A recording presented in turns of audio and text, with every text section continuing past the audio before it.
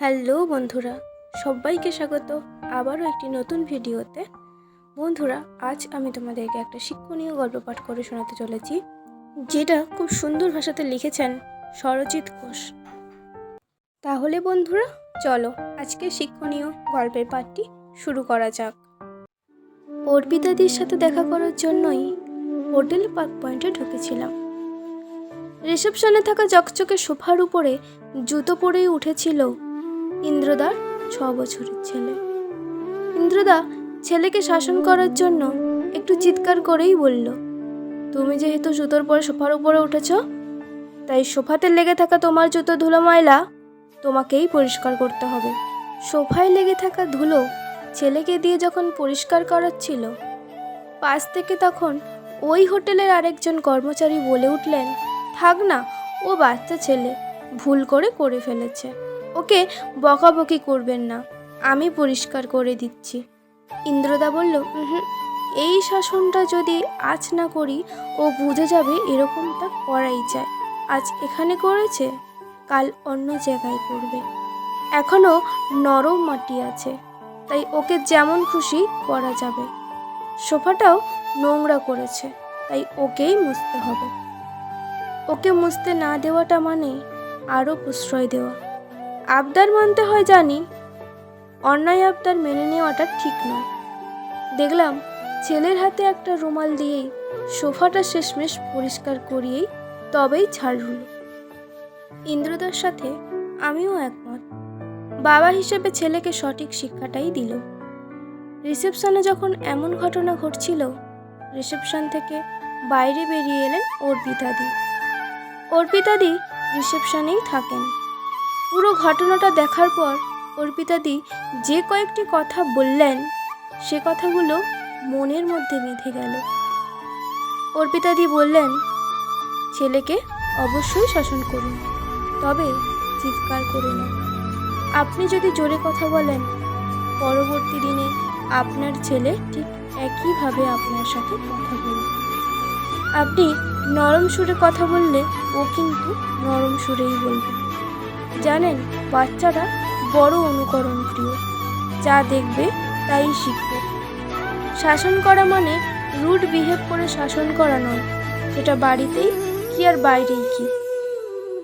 যতটা ভয় দেখিয়ে করাতে যাবেন, পরবর্তী দিনে ততটা কাজে দেবে না। ভালোবেসে ওকে বলুন, এমনকি বাচ্চার সামনেই আপনারা দুজন দুজনকেও ভালোবাসুন। যত বেশি দুজন দুজনকে ভালোবাসবেন, ভালোবাসা নামক অনুভূতিটা তত বেশি সঞ্চারিত হবে ওর মধ্যে। অর্পিতাদি কথাটা একদম ঠিক বললেন, কারণ আমিও যে এই ধারণায় বিশ্বাসী।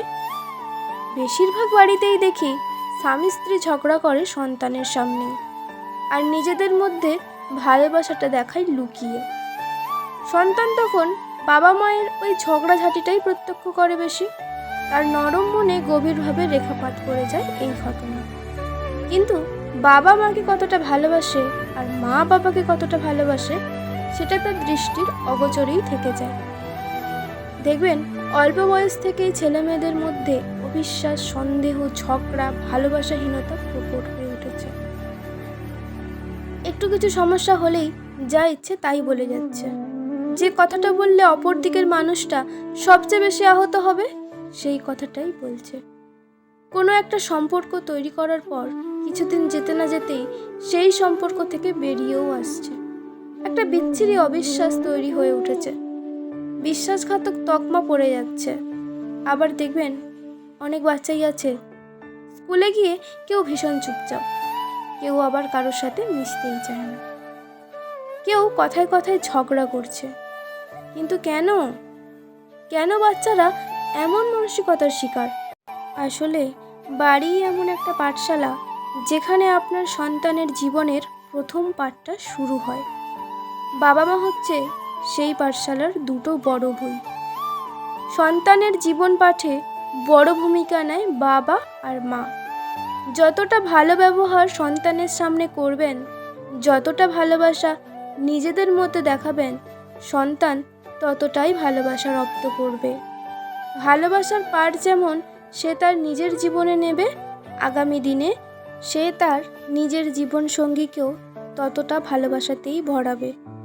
ভালোবাসার প্রকাশগুলো স্বামী স্ত্রীর উচিত যতটা পারা যায় প্রকাশ্যে দেখানো। সন্তান ভালোবাসার পাঠ শিখবে বাবা মাকে দেখে, সিরিয়াল বা সিনেমা দেখে নয়। সন্তানের সামনেই নিজেদের ভালোবাসাটা দেখানো উচিত। তাই ঝগড়া করুন, ঝামেলা করুন, যাই করুন সেটা লুকিয়ে করুন।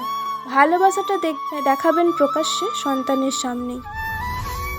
তো বন্ধুরা, এটাই ছিল আজকের একটা শিক্ষণীয় পাঠ, যেটা লিখেছিলেন সরজিৎ ঘোষ। খুব সুন্দরভাবেই তিনি লিখেছেন, আর খুবই বাস্তবিক একটা ঘটনা। বাস্তবে এইসব ঘটনা ঘটেই চলেছে। তো তোমাদের কেমন লাগলো এই শিক্ষণীয় পাঠটা অবশ্যই কমেন্ট করে জানিও। আর তোমাদের কাছে একটা অনুরোধ থাকলো, যদি তোমাদের আমার ভিডিও বা আমার গল্প পাঠ যেটাই বলো না কেন যদি একটু ভালো লেগে থাকে তাহলে দেখে থাকো তাহলে চ্যানেলটাকে সাবস্ক্রাইব করে দিও। আর যদি ফেসবুক পেজ থেকে দেখে থাকো তাহলে পেজটাকে ফলো করে দিও। তাহলে আরও নতুন নতুন ভিডিও বানাতে উৎসাহ পাবো, গল্প পাঠ করে শোনাতে উৎসাহ পাবো তোমাদেরকে। তো এটাই তোমাদের কাছে আমার একটা অনুরোধ থাকলো। তাহলে চলো আজকের মতো এই পর্যন্ত, দেখা হবে আবার পরবর্তী কোনো ভিডিও বা গল্প পাঠ নিয়ে। ততক্ষণ সবাই ভালো থেকো, সুস্থ থেকো, টাটা।